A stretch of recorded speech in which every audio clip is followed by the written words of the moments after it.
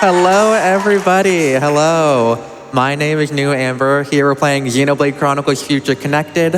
I have two wonderful commentators behind me. Hello. If you'd like to introduce yourselves. Yes, I am GretaIceVixen. My name is Greta. You might have seen me on Wednesday playing little Pokemon. I also love this game, and I actually used to run this game, so I'm very glad to be here. My name's NickPixels. They needed a Xenoblade Chronicles 2 fan on the couch, and I was the only one who volunteered. Yeah. All right. Before I get started, Satan, I'm going to need those costumes for Shulk and Melia. All right. These have been really, really close up until the end, but for Melia, we've got Dark. Dark, yes. Like my favorite. And for Shulk, we've got Villain with a last-minute snub. Villain, wow. Oh, I like the last minute one. All right, so once I click new game, we're going to get started. So you want to count down from 5? Okay. All right, 5, 4, 3, 2, 1, go.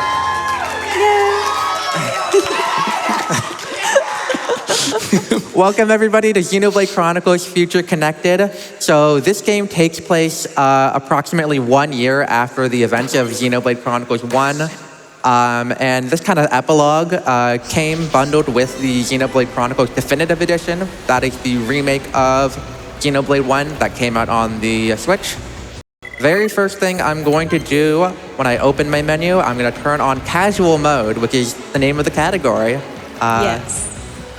Yeah, so on casual mode, we have casual mode and normal mode, and casual is like the easy mode. It is very good for this run because since this is an epilogue, we start at a higher level, but that also means everything's high level.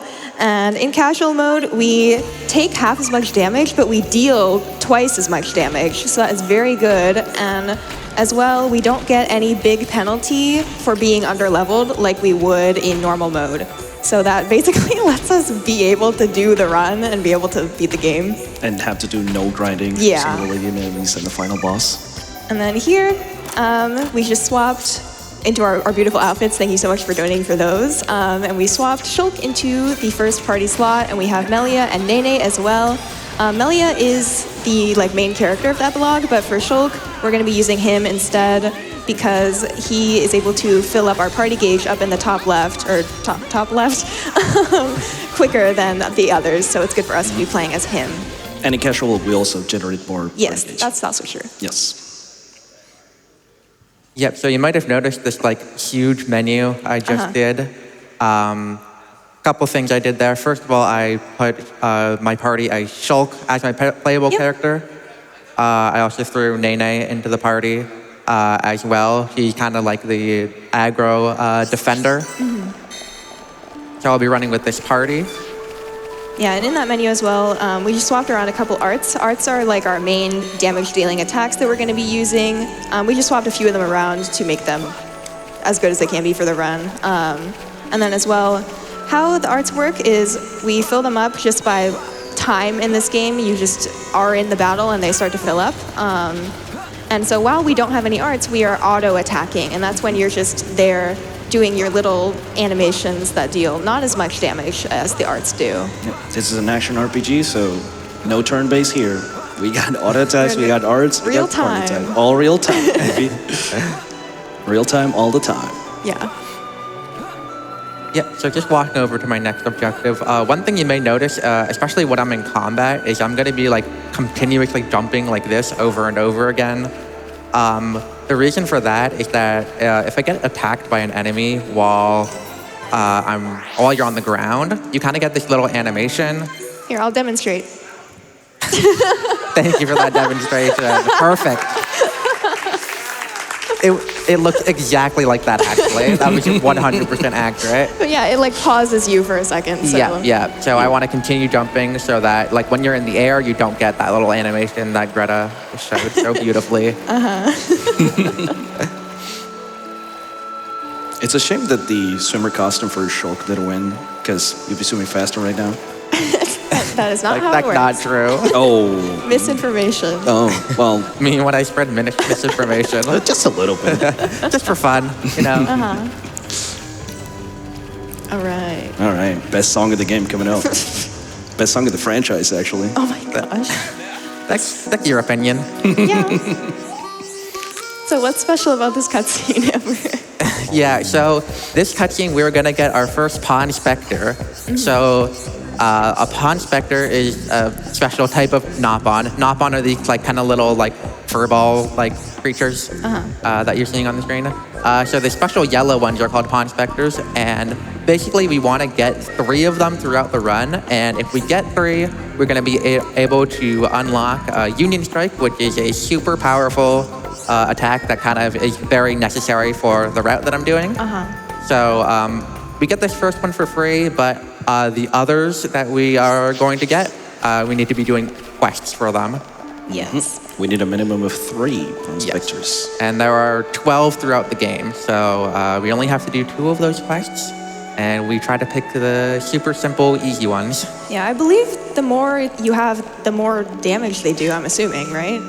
Yeah. Yes. But only like marginally. Like yeah. the difference between like 3 and 4 is like not that big. Like 3 and 12 is like pretty big, but I Yeah, mean, we can get away with just a few, luckily. Time for some exploration. yeah. What are we exploring? What are we doing? This part of the game is basically going around the map and getting landmarks. And there's kind of 2 reasons for like getting all the landmarks that we need throughout the run right now. First of all, just movement-wise, it's slightly faster to do it like this, to get all the landmarks first and then keep warping back to them. But more importantly, whenever you discover a new location or you discover a new landmark, you get EXP in this game. And unlike in Xenoblade 2 or 3, EXP is like automatically just given to you immediately when you discover those locations and landmarks. So by going around and getting them now, we are able to be slightly higher level for some of the fight we are going to be doing in the middle of the run. Yes. So we are just going to walk right over here, get 1 more landmark, and then we're going to be doing a little bit of a skip. We get to listen to the good music. No, God, this franchise has such good music. I know. Shout out to Xenoblade music. It's so good. I love Xenoblade. Yeah. You know what else is music to my ears? We have just passed 2K on that bonus level incentive for Rockin' Cats. So, chat, we Nice. only have about 800 to go. Keep those donations coming and remember to assign your incentive to that bonus level. Yes, please. We want more Summer Games done quick. Please and thank you. All right. Oh. Yeah, so for this skip, we are basically skipping a huge section of movement by falling off a little cliff and there being a convenient little ledge for us to land on. Because we take fall damage, and so we can't just jump all the way down. We will not survive that. So we land on that little ledge there, heal up for a second, and then fall the rest of the way down. And that saves us probably like a couple minutes, a few minutes of just running. Yeah. Bunch of minutes. Yep. Like normally to get down here, you have to like walk halfway across the map and then go around something and then walk all the way Yeah. back to get down here. Yeah. So- We still have some more walking here, so now is probably a good time to hear our lovely host again. Ooh, wonderful. I've got something exciting that we just opened. This is the Team Choice Bid War for Sonic Heroes. Team Chaotix versus Team Sonic. Those are 2 very different runs, and they are both incredible. So go ahead and get your donations in for that if you would like. Also, I think some people here might like Pokemon on this catch. A little bit. People are saying. People.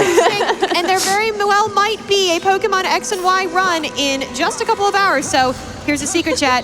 You are in early mode for the Pokemon donations. This is a Pokemon donations early skip because Xenoblade Chronicles is the same as Pokemon. It's true. Yeah. Absolutely. They're the exact same game, actually. Have you seen the Nopon? You can put them in a Pokemon game. Nobody Yeah. would bat an eye. Exactly.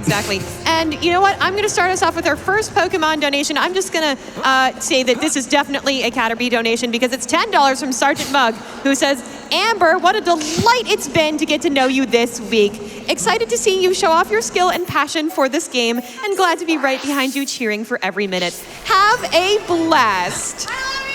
Thank you, Mug. Thank you, Mug. Do we got time for more? Yeah, we got Yes. time for a few more. Okay, we've got $100 from Shulk Xenoblade, who says, I'm really feeling it. The Shulk Xenoblade. The Shulk Xenoblade? I'm such Big a big fan. fan. We Big love fan. that guy. Big fan. Thank you. Absolutely. We've got so much love for Xenoblade. We've got $50 from Billy Graff, who says, Xenoblade Chronicles, that's it. That's all I wanted to say.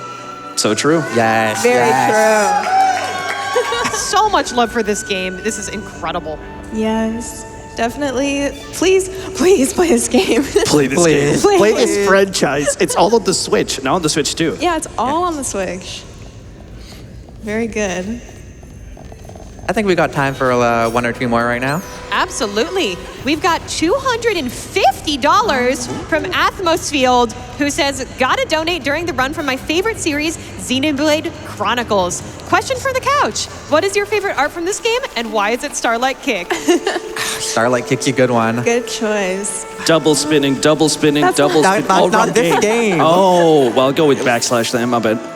But that was my answer. I told you that before. The backslash is my favorite art. You're hating me for loving the same thing as you. Okay. I see how it is. I'm trying to think of. So in this run, we have Nene who's on our team, and we have Kino who we're never going to use ever. But they're like the exact same as Ryan and Charla from the base game, except so they have like pretty much the same arts, but like they're named differently. So Their names have been not bonified or something. they're really funny. I'm trying to remember what they're Mild called. down? Yeah, Wild out Yeah. instead of wild out is crazy. yeah. Those are funny. I like them. They're cute. Yeah. Nene's great. I love Nene. So true. Okay, so as we're on our way here through these bridges, let me explain like what's going on. So at the moment, we're on our way over to the city of Alchemoth, which is where Melia is from, actually. And I'm not going to spoil anything, but like things are different these days. And so we're going over there to check it out, scope out the scene, because we have heard that something's going on there, and people are getting driven. That's not a word. Driven. out of the city. So we're currently heading on over there to see what is going on there. And yeah, this is pretty much like Melia's post-game storyline, because I think after the original game, they were like, man, we kind of didn't do everything we wanted with Melia. And so now we get this, and I'm very glad that we did. I love Melia. Yeah. Yeah. A fan in the crowd. Woo. Show off your shirt, Greta. Yeah. From the Yeti, this event for SGDQ, if you buy one of these, it's partially going towards Doctors Without Borders. The Future Connected shirt, I forget what it's called. I think it's called like something over the shoulder or something along those lines, because we are on the Bionis shoulder. Very good. True. And I'm so Very happy. good. I love this shirt so much. Please buy it and support the Yeti and Doctors Without Borders and us by proxy. I'm What- wearing a hoodie because I'm cold, but yeah. When me and Greta saw the Yeti had this shirt, we were there like to get it like We were- frame one. we were waiting. there. We were waiting waiting. outside. All right, so now we're finally in Alchemoth. First thing I'm going to do is I'm going to pick up the second pawn specter here. I'm going to start the quest. This quest is quite simple. I'm just going to walk over here. There's 5 feathers on the ground that I'm going to pick up. Once I get those feathers, I'm going to warp back, talk to the pawn specter again, and then I finish the quest. Yeah, this second Pawn Specter's just sort of, the same way we're going. So Yeah. we just pick them up, it's quick. And this quest for it's relatively easy compared to some of the other ones. So it's just perfect. Like everything aligns that we can pick up this Pawn Specter. Yeah. Pawn Specter, I bet. Yeah, and we even get like good items for completing the quest as well. So it's just like win-win-win basically. Yep. Yep. One kind of funny thing about this quest is that like these feathers are not like 100% consistent where their spots are. So like there's a general area where each one spawns, but it's not like the exact same place every single time. So you can just kind of lose like or gain a second or two just based off of the feather RNG.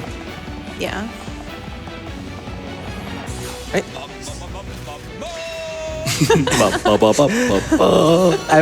Every pawn specter has like these funny voice lines that they do. Yeah. Oh, they're funny creatures.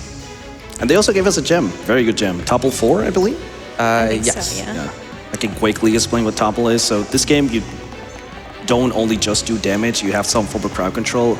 I don't know exactly what it's called, but it's just a combo where you go from break, then topple, then daze.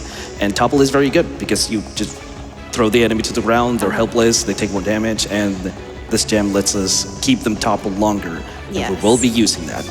Absolutely, yes. All right, now coming up to our first Fog Beast. This fight, I'm going to be using Monado art, if you want to talk about that. You go ahead. I go ahead? Oh. Well, to explain the power of the Monado, that's Shulk's weapon.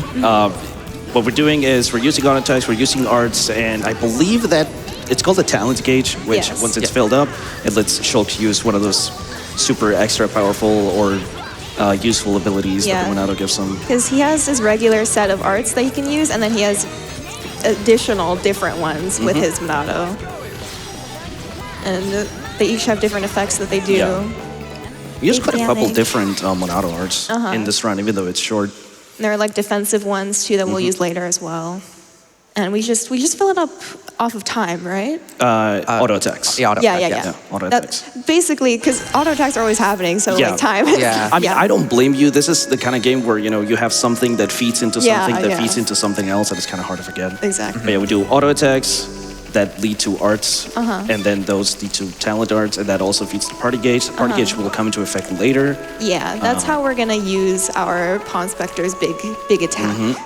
So once we get that filled up. Very strong. Yeah, Very powerful. Yes, thank you. Yeah, shout out to our friends who are here. God, yes, thank you so much for being here at this time of night. They're so hyped. Especially like 5 hours before Pokemon at 3 in the morning. All my friends are here. They're wonderful. I love you guys. Yay. The witching hour. Yeah. Anyways, I'm going to warp back to Pillar Knoll, and I'm just going to walk off this cliff. Okay. Okay, yay. Have fun. All right, I will. Is he gonna be okay? Yeah, it's fine. He's fine. Calculated, yeah. Anyways, we've got time for more donations. I am so excited to say that we are only about $500 away from meeting that bonus level for Rockin' Cats. Xenoblade Gang, I see you. I see all of the donations you're putting towards this. This is incredible. Let's get that met by the end of this run. Bragging rights? Bragging rights, Xenoblade Gang? Yes, please. Yes. Yes, please. Absolutely. We can definitely get it met. And my proposal to you is, why don't you donate and let us know your most favorite character from the series? We would actually really like to know. I'm very curious. Oh, I would like to. And then make sure you assign that to the bonus level. Thank you. I would like to know people's favorite songs from this franchise, which is going to be a very tough question because this franchise has phenomenal music. Yeah. Just donate and tell us everything you love about everything in this game. I love A Lace Highway from Xenoblade 3. That's my favorite that's a good song. one. Roaming the Wastes from More Ordained. Yeah. Xenoblade 2, that's one. mine. Yeah. Literally any song you could say, it would be like, oh, that's a good one. Yeah. Yep. All right, we have more walking to do. We're gonna head over to this other town where basically like half of the like Alchemoth settlers went one place and half went the other. We're going to see the others, see what's popping, I guess. I don't know. Yep. So we just have a little bit more walking to do to hear from Satan again. Oh, I love talking. We've got $25 from Groucho Barks, who says, "Yay, I'm so glad my dear friends are showing off a game I love at G to Q. Send love from the back couch." Yay, Thank you, Groucho. Thank you, Groucho. And we've got some love for that Pokemon donation thing that I called out before. We've got another $10 Caterpie donation. I am determined. I want Caterpie donations, y'all.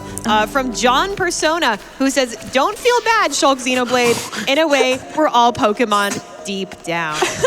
I'm sorry, John Persona just took me out. That was so funny. Do you want another fun one? We've got $5 from the Soup Store, who says, "So excited for this run, I already picked up my Yeti Melia shirt." Wait, you found clothes at the soup store? No way. It actually happened. This is incredible. Yeah. Okay, so right there, we just went to the little shop in town and picked up a new weapon that we're gonna give to Nene later. It's just stronger. So if we get clothes from the soup store, where do we get weapons? Never mind. Keep going. It's too late for this. Yeah, we can probably get one more donation, Satan would be great. absolutely. We've got $5 from Slowpoke. Oh, sorry. Not quite. We've got $5 from Cress, who says, Xenoblade Chronicles, now it's Renty. Wait, where is he? Where is he? Tell us in your donations. And remember to apply them towards that bonus level for Rockin' Cats. Remember, we are only about $500 away, and I know the Xenoblade fans out there can get us there. Remember, Rockin' Cats and Xenoblade Chronicles are basically the same game. Absolutely. So true. Yeah, as far as I'm concerned. That's how it works, yeah. All right, so why are we over here, Amber? Yeah, so we're actually doing our third and final Pawn Spectre quest in this run. So I'm going to pick up that item right there, which is called Tutu's Mirror. And basically, I'm just going to pick that up. We get to hear some banging Big, tunes scary right turtle here. Passed by with a electric giant guitar. Yeah, don't worry. It will, I've never seen it attack me, No, ever. no. We're going to walk over. So you can pick up Tutu's Mirror before even starting the quest. So I picked up the mirror. Now I'm going to start the quest, and then I'm just going to talk to Tutu again, give them the mirror, and then it's done. You know what they say? Talk to Tutu is good choice. So true. Like hear it again. Talk to Tutu is good choice. There we go. There we go. Yay! But now we have gathered the 3 pieces. We have 3 Pawn Spectres. We can now unionize. We can now strike. So true. Shout out to Union. Shout out to Union. Shout out to striking. Yeah. All right after I skip this cutscene right here, we are going to do a little bit of a menu. First of all, I'm going to put on that topple gem we talked about on Melia, then that extra weapon up from Nene, and then I'm going to upgrade a bunch of my art. And basically, all of these upgrades are focused on reducing the cooldown on arts that increase party gauge. Yeah, it's good as well because basically doing this, it makes it so everything does more damage, but it also resets itself quicker. So that means the sooner we have the art to use, the sooner we're using it, the sooner we're filling up the gauge, etc. All right. We have a fight here. Yeah, you want to explain? We're going to do a set of a couple fights here where we're going to fight a bunch of fog beasts. So, Greta, would you like to explain why we're fighting more fog beasts right now? Yeah, so as you saw, we saw that big, scary darkness bird in Alcala, and it's basically infecting the regular animals now. A rift has opened in the sky, and the fog is enveloping. The fog is coming. The fog is coming. The fog is coming. And so we're going to have quite a handful of fights here where we fight against the fog beasts. And basically we're like, what is happening? What in the world is happening? We found out that there is the Fog King that has taken over Alchemab. It's very scary. Very powerful. Very.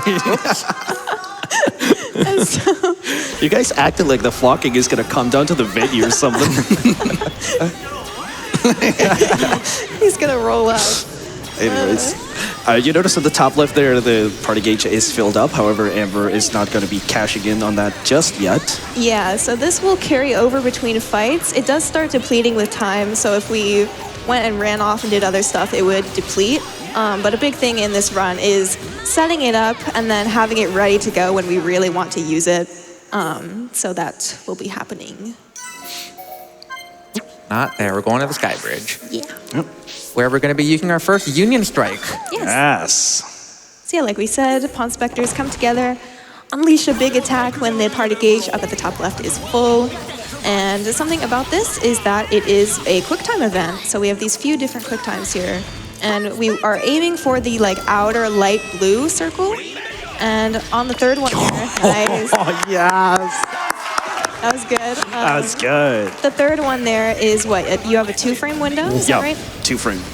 So it is pretty precise. And as well, as you saw there, that was Kino who popped up in the little cutscene. It's fully random which of the 4 characters pops up, and it actually changes the timing. So you have to be prepared for anything, and it can be pretty difficult. But Amber's the GOAT, so. Yep. So actually, To go. in that fight, even if you get, like, there's a bit of randomness with how much the Union Strike actually does. So even when you get the perfect Union Strike, Galgar usually, like, lives on a little bit of HP. So not only did I get the perfect Union Strike, I got, like, the highest possible roll. Yes! Galgar actually died, like, Nice. immediately from a Union Strike. And yeah, if you're wondering who in the world Galgar is, don't worry about it. Don't worry about Here's it. what you need to know. We don't like him. He's cringe and bad. Just be happy. Yeah. Just be happy they're off screen. That's good. Yeah. The Pawn Spectres understood the assignment. Yeah. We wanted them gone. And at this point, we've realized that we need to be more powerful to take on the Fog King. So what we're doing is just this little quest line to upgrade Shulk's weapon. And so we're gonna pick up some ether to upgrade his weapon. And so we're just gonna be walking for a little bit. So now's a good time to hear from Satan. Oh, absolutely. That call for favorite characters and songs and stuff is going really, really well. I would love to see more donations towards that, like this $15 from Harmony, who says, my favorite Xenoblade character is Murderous, and my favorite track is In the Forest, both from Xenoblade Chronicles X. I love this series so much. Yes, and you know what else I love? I love that we are getting closer and closer towards that bonus level for Rockin' Cats.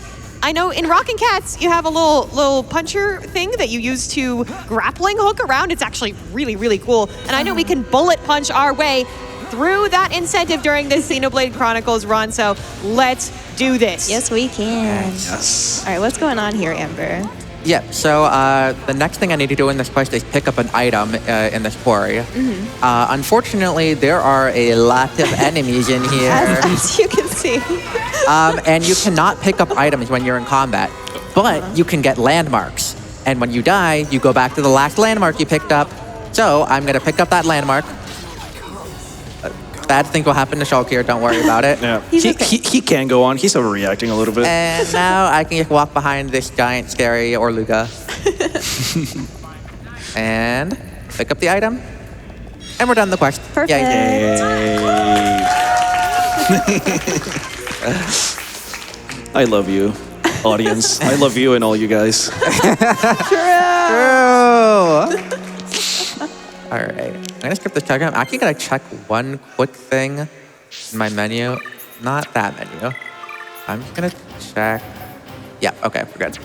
Yay, we're good. I thought I might not have put on the right art, but I did. Never doubt yourself. And here's All right, this fight sucks. I hate this fight. yeah, this This fight's horrible. This fight's bad. But yeah. Okay, One thing I good. could quickly mention, you might be noticing Amber, like running in circles around the enemy. That is intentional. Shulk's whole play style is that he has different positionals that he has to land with his hearts, and that deals to more damage or additional benefits. And it also fills the party gauge faster. Yes. Yeah, our goal here with this fight is get this guy on the ground as soon as we can. And have him stay there, which is Yeah. sometimes the more difficult step. Maybe topple. Oh, missed the topple. Oh. Yeah, I believe what happens here, if you're not able to get him down, what could happen is he uses an art that will make it so that we are not able to avoid attacks as well, and we're not able to hit our attacks or land our attacks as well. So that is not good, and we want to avoid that. Okay. Yeah, it's weakening howl, which it actually did use just before I used my Union Strike there, but luckily it didn't matter too much. Yeah. Oh yeah, warning, if you don't like giant spiders, don't look. Giant enemy spider. All right, so this fight, I use another Monado art, Monado Cyclone. I use that in combination with Stream Edge to topple all of these like little spiders. Yes. That basically makes it so that they're not moving, and then Nene can use some arts, and some of Nene's arts like build party gauge based on how many enemies they hit, like how many hits it is. So when Nene hits a lot of enemies at the same time, it builds up a lot of party gauge. Let's see. Nice. Go. Excellent. Look at Shulk's outfit. So cool. So powerful. Thank you for donating for that. It's so funny. Shame that he swims slower, but it's fine. We'll take the time loss. That's not how it works. So, shout out to Tyrea, who we saw in that cutscene for like 1 second. Yeah. Here's a Dinosaurus. Dinosaurus. Very distinct from a dinosaur. It's not a dinosaur, to be clear. Yep. Very much not a dinosaur. Dinosaurs, make sure you get it right. But yeah, it's a similar situation here. There's a bunch of little baby ones surrounding, so we use Cyclone, get them all down as quick as we can. Work on building up our gauge, take them all out in one go, hopefully. Yeah, because the Union Strike is AoE, Yes. so it hits multiple enemies. Yes.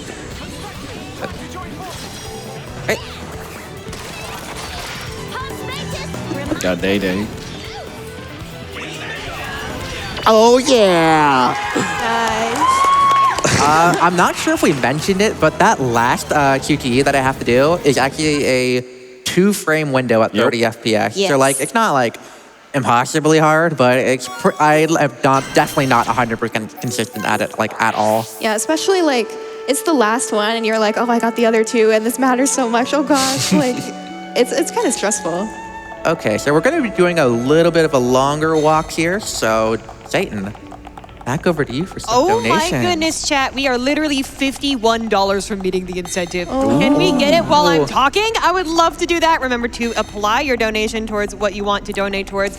Yes. We've got one of those $10 Caterpie donations from Skylon01 who says, hi, Ember, hi. Nick, hi, Greta. Pulling the late night to see this run live from the front row. I've seen the future, so I know this is going to be a good run. Good luck and sending love. I would say it is a good run so far. Thank you so much for your donation towards MSF. And we've got some more Pokemon love and Xenoblade love all in one. We've got $5 from Young Ben Kenobi who says, Xenoblade is where we find the secret 9th Eevee evolution, Napion. Oh, mind blown. All right, so here we're fighting this random dragon serpent thing. Reason being, Amber is so fast, we're heading over to the final boss. And so what we're doing here is building up our party gauge up in the top left so that we will head into the final boss with our gauge filled up.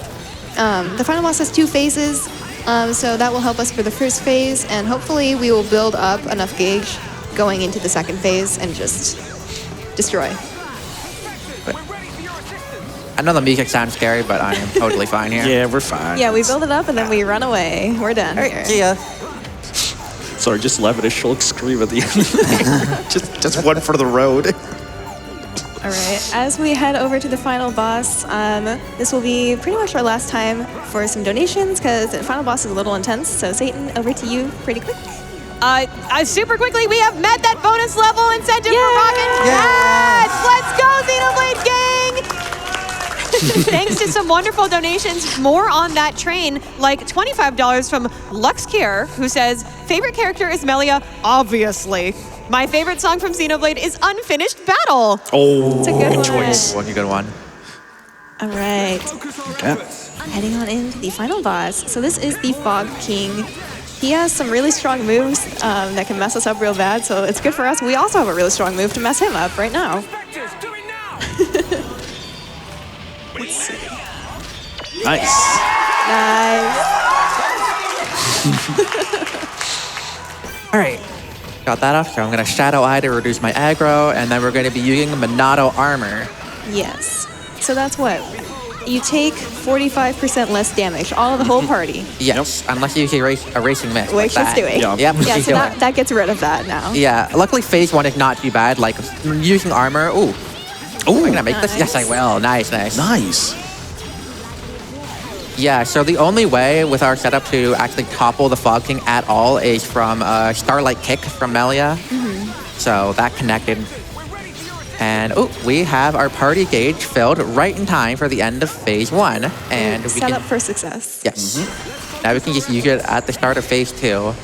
One thing to note is that when you use Union Strike, you actually have to wait for all the enemies to finish their art first before the Union Strike starts.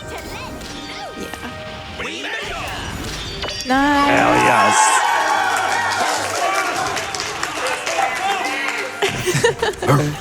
Yeah, so I don't have... since we have to sit and watch the arts of our enemy before we use that, we actually can we strategically use it if we see he's about to use an art. Especially if Fog King has arts that take forever, and you're just sitting there like, are you done yet?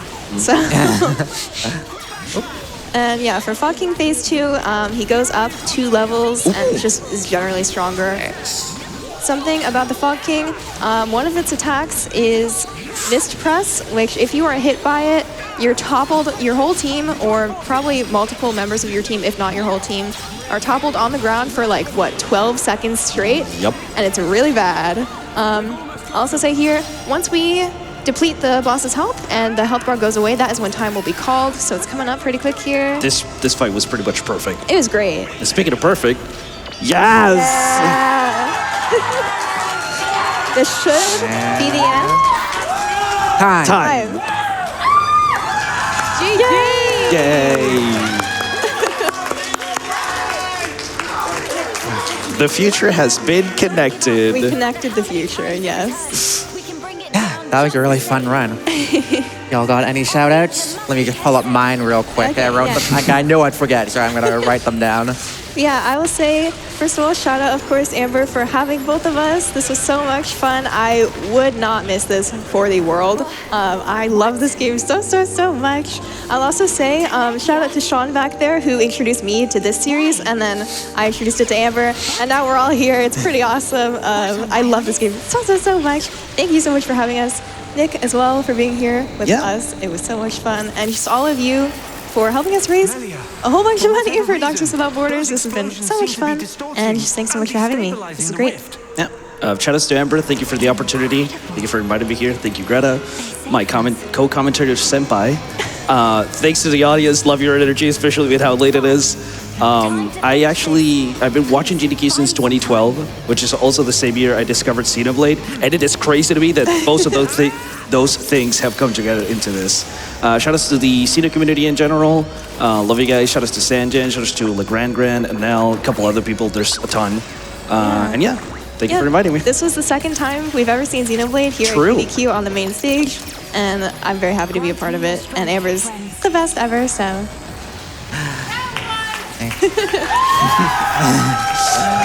All right, I'm going to be quick with my shout-outs. Shout out to Aeon Frodo, which is her videos were the person I learned this run from. Shout out to all the Borgers. You know who you are. Shout out to everybody in the room at 3 a.m. watching this run, hyping me up. Thank you so much for being here. Your energy really made this run so amazing. Shout out to Satan for hosting the run. Thank you for being here. Thank you. Thank you, Satan. Thank you. This was wonderful.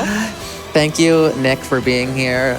You are one of my best friends. I love your energy. I love that you came all the way from Argentina, by the way. All the way from Argentina to be here. So thank you, Nick. Thank you. And Greta, I mean, what can I say about you, Greta? You are one of the most wonderful, amazing people in the world.